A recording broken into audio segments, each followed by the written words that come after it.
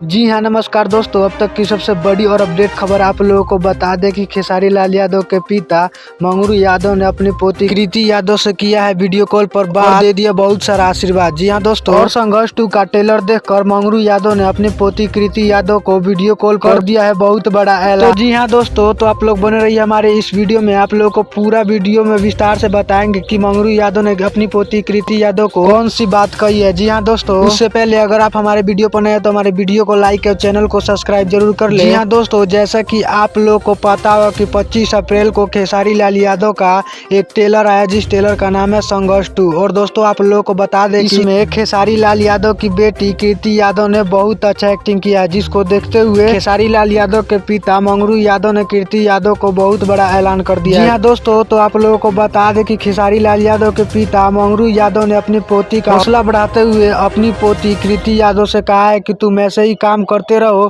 और यादव समाज का नाम ऊपर करते रहो। जी हाँ दोस्तों, तो दोस्तों आप लोगों ने अभी तक इस ट्रेलर को देखा है कि नहीं, आप लोग अपना राय इस कमेंट बॉक्स में जरूर दीजिएगा। मिलते हैं आप सभी से किसी नेक्स्ट वीडियो में। जब तक के लिए जय हिंद, जय भारत।